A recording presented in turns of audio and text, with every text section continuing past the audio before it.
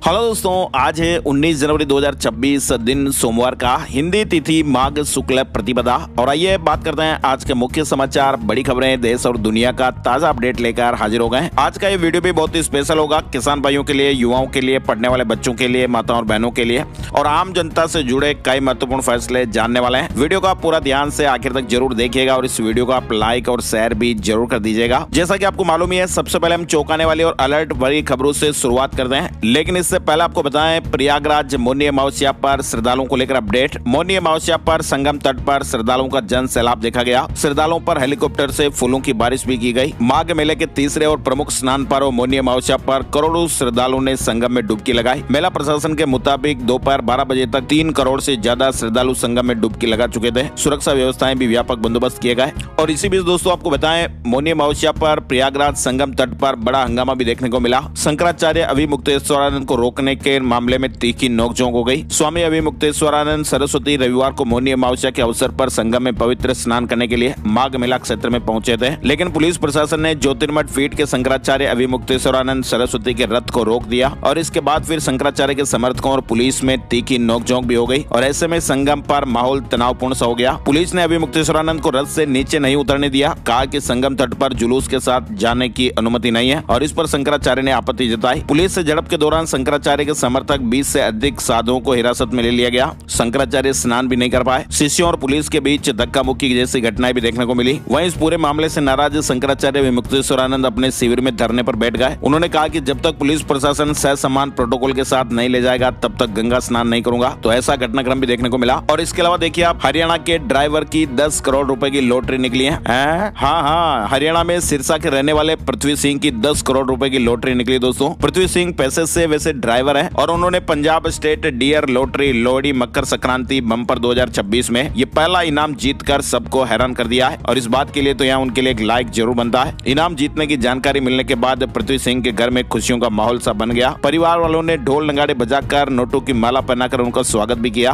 पृथ्वी सिंह ने कहा कि अब इन पैसों से वे अपना खुद का काम शुरू करेंगे और वहीं उनके बेटे ने कहा कि अब तो थार गाड़ी भी लेंगे। वो 2 बच्चों के पिता है। इधर राजस्थान के बांसवाड़ा से एक बड़ी ही दर्दनाक और चौंका देने वाली और शर्मनाक खबर भी सामने आई है। अवैध संबंधों से प्रेग्नेंट युवती ने भ्रूण को फेंक दिया। फिलहाल वो गिरफ्तार हो गई हैं। हुआ क्या था कि दोस्तों, वो परिवार वालों को धोखा देकर किराए के कमरे में कंपटीशन एग्जाम की तैयारी करती थी। कंपटीशन की तैयारी और सवालों की उलझन के बीच उसने किसी युवक के साथ सुकून के पल बिताने का प्लान भी बनाया होगा और यही हुआ। वो अक्सर एग्जाम देने के लिए कहीं जाती थी और एक दिन राजस्थान के उदयपुर में वो एग्जाम देने के लिए गई थी और वहाँ पर उसकी किसी से दोस्ती हो गई। वो एक युवक के संपर्क में आ गए और उसके संबंध बन गए। गर्भ ठहरने के बाद उसने ये बात परिजनों को नहीं बताया और फिर ये घटनाक्रम हो गया। अविकसित भ्रूण नाली में मिला और पुलिस प्रशासन ने जांच की और उसे पकड़ लिया गया। इधर हरियाणा से बड़ी खबर आ रही है। गुरुग्राम में एक ई रिक्शा ड्राइवर फर्जी सब इंस्पेक्टर बन गया और वो पुलिस वालों की तरह हाय चल बाहर निकल मुन्ना भाई, थाने में जाकर वो ऐसी वैसी हरकतें दिखाने लगा, रोब झाड़ने लगा। और हरियाणा के गुरुग्राम में पुलिस ने इस फर्जी सब इंस्पेक्टर को भी गिरफ्तार किया। पूछताछ में सामने आया कि वो राजस्थान स्थित खाटू श्याम जी में किराए पर ई रिक्शा चलाता है। फ्री में होटलों में ठहरने, टोल टैक्स से बचने और रोब झाड़ने के लिए उसने 2200 रुपए में पुलिस की वर्दी खरीदी थी और 500 रुपए में फर्जी पुलिस का आई कार्ड भी बनवाया। गुरुग्राम के एक होटल में वो रोब झाड़ने लगा तो मैनेजर ने पुलिस बुला ली और जब पुलिस कर्मचारियों ने उससे पूछताछ की तो वो भाई साहब फंस गए। 34 साल की इन भाई साहब की उम्र है। अब इन्हें कोर्ट में पेश किया जाएगा और आगे की पूछताछ के लिए वो आपको बताइए। इधर आप देखिए, विश्वास नाम की तो कोई चीज रही नहीं दोस्तों। 20 साल पुराना नौकर और 52.5 लाख रुपए चुरा कर बिहार भाग गया। ये खबर आ रही है जयपुर से। जयपुर में बिजनेसमैन को बड़ा चूना लग गया। नए साल का जश्न मनाने के लिए भाई साहब विदेश चले गए और जयपुर के एक बिजनेसमैन के घर से 52.5 लाख रुपए कैश चोरी हो गए और चोरी करने वाला कोई और नहीं, घर का 20 साल पुराना नौकरी चोर निकला। इसके अलावा आपको बताएं, राजस्थान के कोटा में एलर्जी के कारण निवारण और नई तकनीकी और इलाज को लेकर हाड़ोती एल्गोरकॉन आयोजन किया गया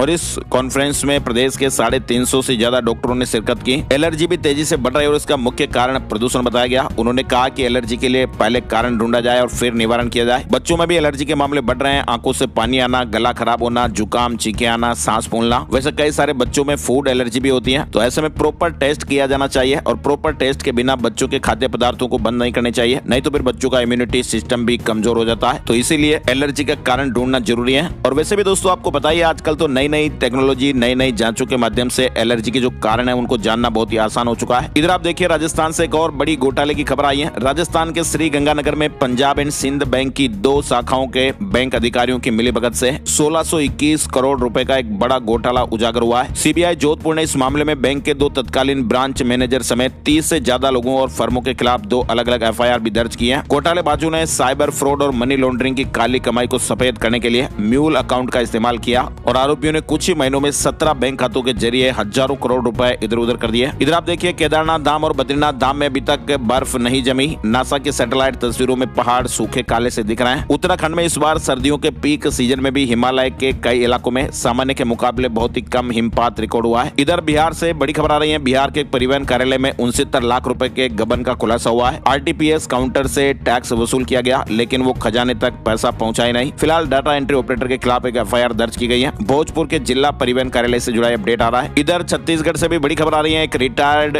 वेटरनरी डॉक्टर से 1 करोड़ 28 लाख रुपए की ठगी हो गई। आरोपी ने खुद को मुंबई क्राइम ब्रांच का अफसर बताया था और डिजिटल अरेस्ट का डर दिखाया और फिर ये पढ़े लिखे भाई साहब भी डिजिटल अरेस्ट हो गए और 1 करोड़ 28 लाख रुपए की चपत लग गई। लगातार वीडियो में हम आपको बताते हैं ना कि डिजिटल अरेस्ट नाम की कोई चीज होती नहीं है। अगर आपने कोई गलती की ही नहीं है तो फिर आपको डरने की कोई आवश्यकता ही नहीं है। फिर भी घर बैठे ही आप डिजिटल अरेस्ट के शिकार हो जाते हैं और ये बदमाश आपको बड़ी ठगी का मोहरा बना देते हैं। खैर आगे बढ़ते हैं। फिलहाल देखिए आप बड़ी खबर, 10 करोड़ रुपए का सोना लूट का आरोपी दरभंगा से अरेस्ट हो गया है। कर्नाटक के मैसूर के हुनासूर में 28 दिसंबर 2025 को 10 करोड़ रुपए की ज्वेलरी की डकैती हुई थी और इस मामले में एक आरोपी को पुलिस ने 2 दिन पहले दरभंगा से अरेस्ट किया है। इधर पंजाब से एक बड़ी दर्दनाक खबर भी सामने आई है। पंजाब में फुटबॉल खिलाड़ी की बीच मैदान हार्ट अटैक से जान चली गई। अबोहर में 14 साल का एक बच्चा चोट लगाते ही गिर गया। 3 बहनों का इकलौता भाई था। पंजाब के अबोहर में फुटबॉल खेलते समय एक 14 साल के नाबालिग खिलाड़ी की मैदान पर ही जान चली गई। कारण हार्ट अटैक माना जा रहा है। चलिए आगे बढ़ते हैं। बड़ी खबर आप देखिए, जयपुर लिटरेचर फेस्टिवल के द गिग इकोनॉमी सत्र में अर्थशास्त्री राकेश मोहन ने कई चौंकाने वाले खुलासे किए। उन्होंने कहा कि साल 2030 तक हमारे देश में 2.5 करोड़ गिग वर्कर्स होंगे। साथ ही उन्होंने कहा कि डिलीवरी इन 10 मिनट जैसी अवधारणाओं को अपराध घोषित किया जाए। इधर बड़ी खबर आ रही है। केंद्रीय सूचना आयोग CIC ने एक फैसला सुनाया है और कहा कि वकील अपने मुवक्किलों के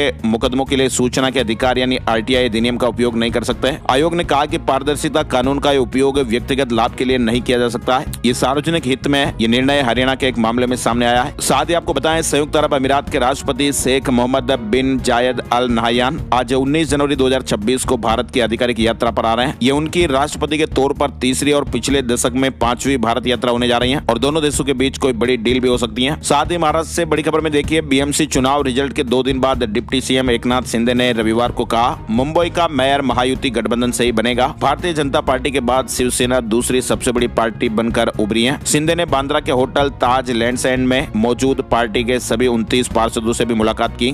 BMC सहित महाराष्ट्र के 29 नगर निगमों का रिजल्ट 16 जनवरी को आया था और मुंबई के 227 वार्डों में बीजेपी ने 89 वार्ड यानी 89 वार्ड जीते हैं। शिंदे गुट ने 29 वार्ड जीते हैं और बहुमत के आंकड़े 114 के लिए बीजेपी को शिंदे गुट के 25 पार्षदों की जरूरत है। PM मोदी ने कहा कि बिहार में दोबारा जंगल राज रोका और अब बंगाल से विदा करेंगे। घुसपैठ रोकने के लिए फेंसिंग जरूरी है। PM नरेंद्र मोदी ने रविवार को पश्चिम बंगाल में कहा कि यहाँ की जनता अब असली परिवर्तन चाहती है। हर कोई 15 साल के महा जंगल राज को बदलना चाहता है। अभी तो बीजेपी NDA ने बिहार में जंगल राज को रोका है। अब TMC के महा जंगल राज को विदा करने के लिए तैयार है। वहीं मोहन भागवत ने कहा कि धर्म ही मुझे और मोदी को चला रहा। जब तक धर्म भारत का मार्गदर्शन करेगा, देश विश्व गुरु बना रहेगा। जम्मू कश्मीर में आतंकी मुठभेड़ में 7 जवान घायल हो गए, 3 एयरलिफ्ट किए गए। किश्तवाड़ के सोनार में ऑपरेशन 83-1 जारी है। साथ ही ये भी अपडेट आ रहा है टेक्नोलॉजी जगत का कि एप्पल का फोल्डेबल आईफोन इस साल आ सकता है। 7.8 इंच की अंदर वाली स्क्रीन हो सकती है। फेस ID की जगह टच ID मिलने की भी उम्मीदें हैं। दिग्गज टेक्नोलॉजी एनालिस्ट जेफ पू ने निवेशकों के लिए जारी एक नोट में इस डिवाइस में क्या क्या मिल सकता है इस बात की जानकारी दी। शेयर बाजार से विदेशी निवेशकों ने 22,530 करोड़ रुपए निकाले हैं। जनवरी के पहले 15 दिन में बिकवाली हुई।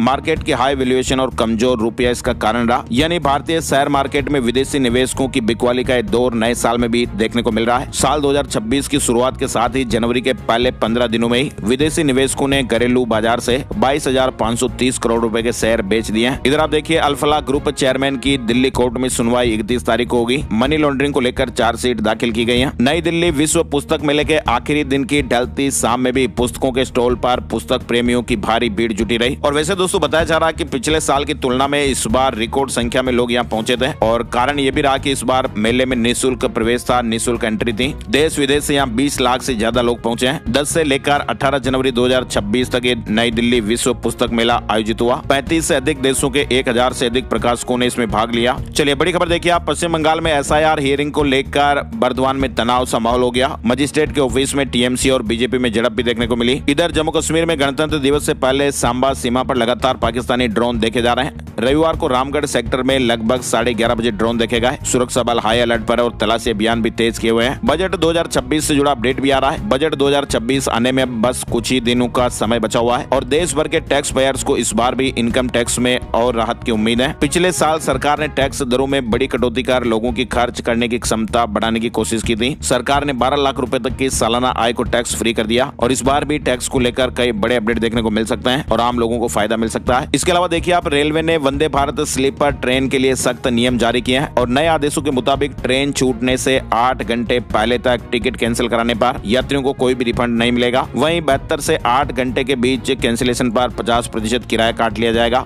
और इसके अलावा ट्रेन में RAC की सुविधा भी पूरी तरह खत्म कर दी गई है। श्रीलंका का टूरिज्म बढ़ाने में भारत सबसे आगे रहा। 2025 में 5,31,000 भारतीय पहुंचे हैं। साथ ही बड़ी खबर आप देखिए, सोने और चांदी की कीमतें भी लगातार बढ़ रही हैं और ये नहीं दोस्तों, विश्लेषकों का ये भी मानना है कि आने वाले सप्ताह में सोने की कीमतें ऊपर की ओर बढ़ सकती हैं, जबकि चांदी में कुछ करेक्शन देखने को मिल सकता है। साथ ही बाजार में कुछ विश्लेषक ये भी कह रहे हैं कि निवेशक सावधान हो जाइएगा। चांदी में तूफानी तेजी के बाद अब क्रेज का भी खतरा है। चांदी की कीमत रैली में टॉप आउट पर दाव लगाने वाले सट्टेबाजों का भी यह मानना है कि अमेरिकी सरकार बढ़ती चांदी की कीमतों को कंट्रोल करने के लिए अपने पुराने तरीके का इस्तेमाल करने के पूरे मूड में है। चांदी में कभी भी बड़ी गिरावट देखने को मिल सकती है और इसका एक मुख्य कारण चीन द्वारा अपने फ्यूचर्स मार्केट में सट्टेबाजी पर नकेल कसना भी है। चीन ने ट्रेडिंग लिमिट कम की और हाई स्पीड ट्रेडर्स को भी हटाया है, जिससे बाजार में घबराहट सा माहौल हो गया। वहीं कमोडिटी एक्सपर्ट ने भी हाल ही में चीन के सट्टेबाजों को चांदी की कीमतों में उछाल का मुख्य कारण बताया था। तो आगे आने वाले समय में चांदी को लेकर तो भी असमंजस की स्थितियां हैं। इधर आप देखिए, CBSE 10वीं और 12वीं के प्राइवेट छात्रों के लिए एडमिशन कार्ड जारी हो गए। साथ ही दिल्ली से जुड़ा अपडेट आप देखिए, नर्सरी में बच्चे के दाखिले का इंतजार कर रहे अभिभावक यदि संशय में है तो वे निराश न हो। कई स्कूलों में आवेदन के कारण उनके बच्चे को कहीं न कहीं दाखिला मिल सकता है। 23 जनवरी तक स्कूलों में दाखिले की पहली सूची जारी हो जाएगी। दिल्ली को जाम से मुक्ति मिलेगी। 6 प्रमुख स्थानों को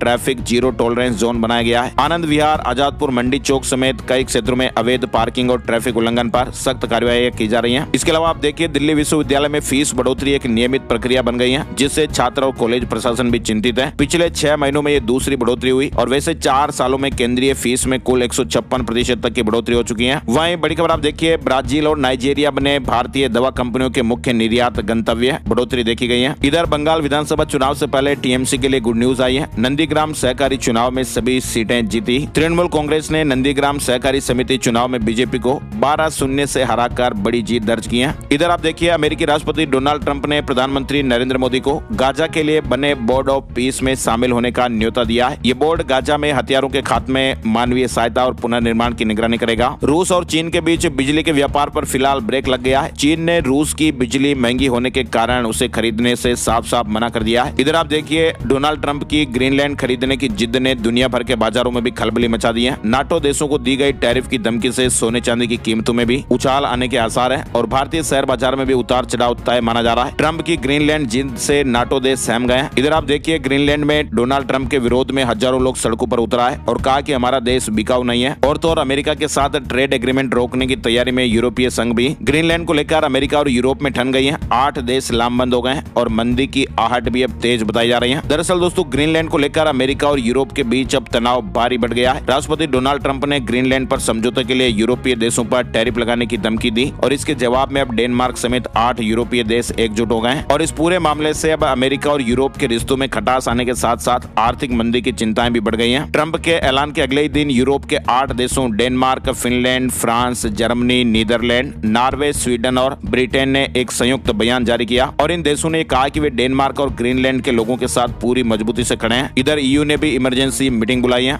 ईरान में भी प्रदर्शनकारियों ने कहा कि डोनाल्ड ट्रंप ने हमें धोखा दिया, सबसे ज्यादा जरूरत के वक्त समर्थन नहीं किया और हिंसा में अब तक 5000 लोगों की जान जाने की खबरें हैं। ईरान की सरकार ने भी ये बात मानी है। इधर बड़ी खबर आप देखिए, सऊदी अरब के वाणिज्य मंत्रालय ने पैकेजिंग और अन्य डिस्पोजेबल चीजों पर अल्लाह का नाम लिखने पर प्रतिबंध लगा दिया है। सीरिया सरकार का अब देश के लगभग सभी हिस्सों पर पूर्ण नियंत्रण, SDF के साथ संघर्ष विराम का ऐलान किया गया। इधर आप देखिए, राजस्थान में कई इलाकों में बारिश का अलर्ट, बर्फीली हवाएं भी चली। जयपुर समेत कई जिलों में बादल भी छाए। मौसम विभाग के अनुसार 22 जनवरी से राजस्थान में एक नया स्ट्रॉन्ग वेदर सिस्टम एक्टिव होने वाला है और इसके प्रभाव से राजस्थान के आधे से ज्यादा इलाकों में मावठ होने की संभावनाएं बनेगी। 22 जनवरी से अपडेट देखने को मिलेगा। राजस्थान के खाटू श्याम जी मेले में सुरक्षा का नया प्लान, 3 एग्जिट एरिया होंगे। 75 फीट ग्राउंड पर ओवर ब्रिज भी बनेगा और भी व्यवस्थाओं में सुधार किया जाएगा। साथ ही बड़ी खबर आ रही है, राजस्थान के खैरताल तिजारा से 12 फरवरी को राष्ट्रव्यापी हड़ताल का आह्वान किया गया। किशनगढ़ बास में राज्य मिस्त्री मजदूर यूनियन का सम्मेलन हुआ। केंद्र सरकार की नीतियों का विरोध है। इधर राजस्थान में प्रिंसिपल प्रमोशन के लिए काउंसलिंग स्थगित कर दी गई है। हाई कोर्ट के आदेश के बाद शिक्षा विभाग ने यह फैसला लिया। शिक्षा विभाग की ओर से प्रिंसिपल पदोन्नति के लिए शुरू की गई काउंसलिंग प्रक्रिया फिलहाल स्थगित कर दी गई है। राजस्थान के उदयपुर के थानों में 5 साल से तैनात कांस्टेबल हटेंगे। एसपी ने लिस्ट मांगी तो हलचल बढ़ गई है। ट्रांसफर के लिए ऑप्शन भरवाएंगे। राजस्थान में आप देखिए कुसुम सी योजना से जुड़ा अपडेट आया है। सोलर प्लांट लगाने में देश में अव्वल राजस्थान को पिछले 3 साल से कुसुम सी योजना की सब्सिडी नहीं मिली है। किसानों ने 12,000 करोड़ का लोन लेकर सोलर प्लांट लगाए, लेकिन केंद्र से 2500 करोड़ की सब्सिडी अटकी।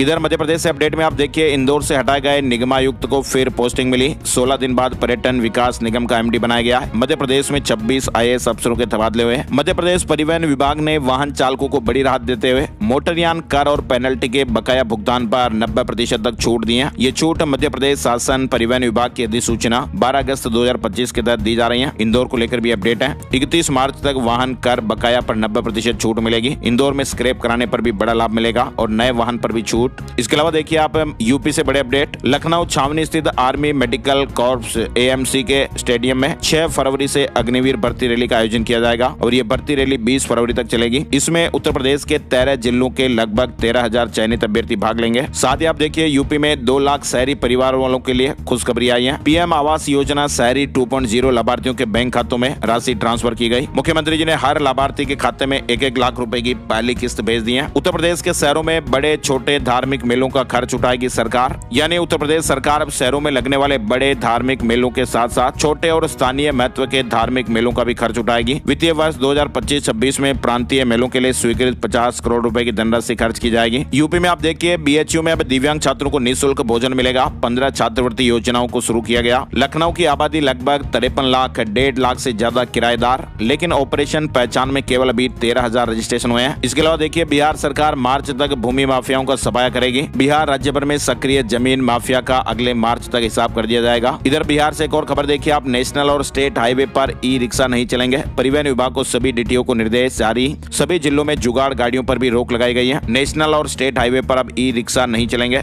और जुगाड़ गाड़ियों के परिचालन पर भी पूर्ण प्रतिबंध लगाया जाएगा। हरियाणा में कई जिलों में घना कोहरा छाया रहा। आने वाले दिनों में हरियाणा में फिलहाल मौसम शुष्क रहने की संभावना है। हालांकि सुबह और रात के समय ठंड का असर फिलहाल जारी रहेगा। फरीदाबाद में ग्रेप 4 की पाबंदियां लागू की गई हैं। NCR में 450 AQI पहुंचा और दिल्ली सीमा पर भारी वाहनों की एंट्री भी बंद की गई। इधर आप बड़ी खबर देखिए, यमुनानगर जिले में सरस्वती नदी के उद्गम स्थल आदि बद्री में आज 19 जनवरी से अंतर्राष्ट्रीय सरस्वती महोत्सव 2026 का भव्य, दिव्य और ऐतिहासिक शुभारंभ होने जा रहा है। हरियाणा के मुख्यमंत्री नायब सिंह सैनी प्रातः 10 बजे महोत्सव का विधिवत उद्घाटन करेंगे। हरियाणा ट्रेजरी ऑफिसर प्री परीक्षा का रिवाइज्ड रिजल्ट जारी हो गया है। पंजाब सरकार ने डिजिटल टिकट मशीनों को मंजूरी दी है। बस सेवा को आधुनिक बनाया जाएगा। इसके अलावा महिलाओं का मुफ्त सफर जारी रहेगा। पंजाब में थानों से 30 दिन में हटेंगे जब्त वाहन सालों से सड़ रहे हैं। लोकल बॉडी मंत्री जी का आदेश है। इधर आप देखिए पंजाब से खबर आ रही है, पंजाब के बरनाला में आज 19 जनवरी को सरकारी छुट्टी घोषित की गई है। जिला मजिस्ट्रेट के मुताबिक शहीद सेवा सिंह ठीकरीवाल जी के शहादत दिवस के मद्देनजर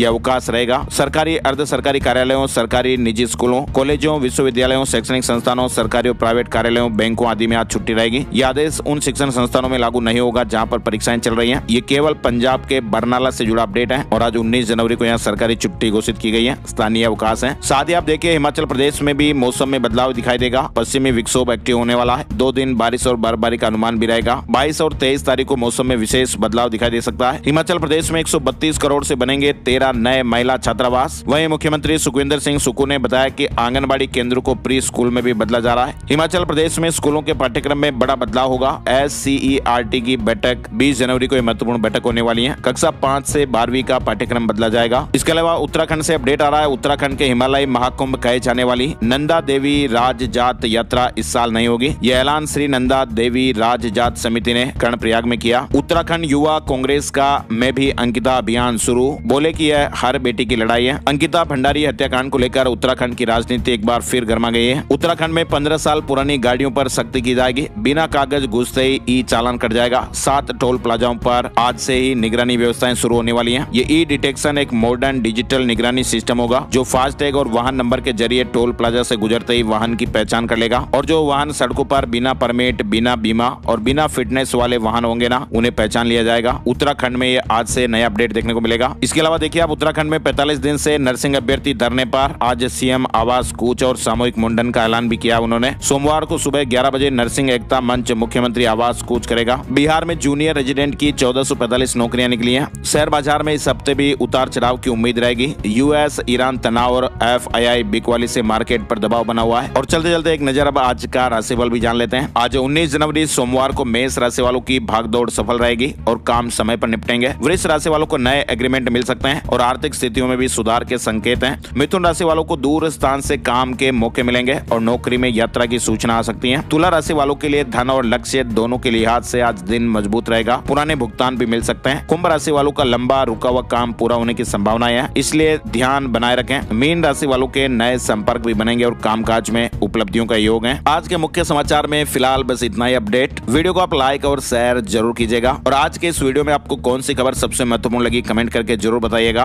वीडियो पूरा देखने के लिए आपका दिल से शुक्रिया, बहुत बहुत बहुत धन्यवाद। नए वीडियो में नई जानकारी के साथ फिर मिलते हैं, तब तक के लिए जय हिंद, जय भारत, वंदे मातरम।